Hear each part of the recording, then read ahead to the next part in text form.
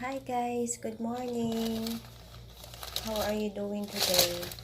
So sa video ito ipapakita ko sa inyo kung paano ako gumawa ng avocado tea. Gamit po yung buto ng avocado.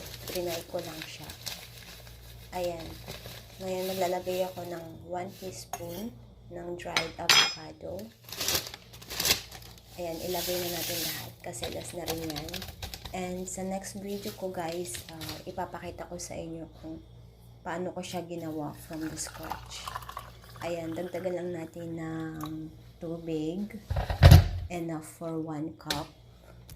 Ayan na, pakuluan lang natin siya. Yan. So, ayan na nga guys, kumulo na. Ayan. So, strainer lang natin siya. Strainer lang natin para hindi sumama yung sakal.